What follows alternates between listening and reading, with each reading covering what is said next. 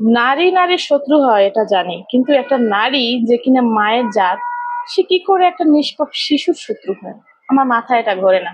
ওই সোহেলের বউ, মানে ঘাতক সোহেলের বউ চাইলেই কিন্তু আজকে ওই রামেসা বেঁচে থাকতে পারতো, কিন্তু ও সেটা করেনি। কেন করেনি? স্বামীর প্রতি ভালোবাসা।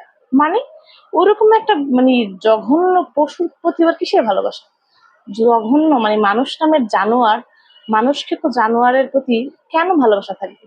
মানে জীবনে কি স্বামী সব? একটা মেয়ের জীবনে স্বামী থাকতেই হবে, সে যেমনই হোক না কেন। এরকম কিছু মেয়েরা আছে যে আমার স্বামী থাকতেই হবে, কিন্তু সে মানুষ হোক বা জানোয়ার হোক বা অন্য কিছু হোক, স্বামী আমার জীবনে থাকতেই হবে। হয়তো কেন, কেন মানে ওইরকম একটা নরপশুর সাথে থাকতে হবে, আর তার সঙ্গ দিয়ে তার চাহিদা পূরণ করার জন্য একটা নিষ্পাপ শিশুর জীবন নিয়ে নিতে হবে? কেন? আল্লাহ কি তোকে হাত পা দেয় নাই? আল্লাহ তোকে হাত পা দিছে, চোখ দিছে, মস্তিষ্ক দিছে। খেটে খা, নয়তো ভিক্ষা করে খা। আজকালকার তো মানুষের বাসায় কাজ করলেও অনায়াসে একটা জীবন চলে যায়।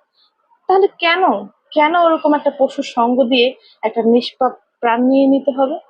কেমন মেয়ে বা কেমন মায়ের জাত এটা আমি বুঝতেই পারতেছি না। আমার মাথায় কিছু ঘুরতেছে না। ওই মহিলা চাইলেই আজকে মেয়েটা বেঁচে যেতে পারতো। একটা ধাক্কা দিলে ওই ঘাতক সোহেল কুপোকাত হয়ে যাইতো। আর যদি সেটা না পারতো তাহলে ঘরে বটি ছিল না, বটি দিয়ে ওর কল্লাটা ফালাই দিতে পারতো, আর ওই মেয়েটাকে বাঁচাইতে পারতো। কি হইতো ওরকম একজন, মানে স্বামী না থাকলে কি হয় মেয়েদের জীবনে? ওরকমের স্বামী থাকার চেয়ে তো মানে একা থাকা অনেক হাজারে গুণ ভালো। স্বামী নামক জন্তু তো জীবনে থাকতেই হবে, এটা কোনো কথা?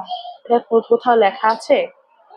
কেন একটা মেয়ে হয়ে কিভাবে পারলো একটা নিষ্পাপ আর একটা মেয়ের জীবন কেড়ে নিতে? শুনেছি ওই সোহেল নাকি তার স্ত্রীর সাথে ওই বিকৃত যৌন আচরণ করতো, আর ওই মহিলা সেটা সহ্য করতো। কেন সহ্য করতো?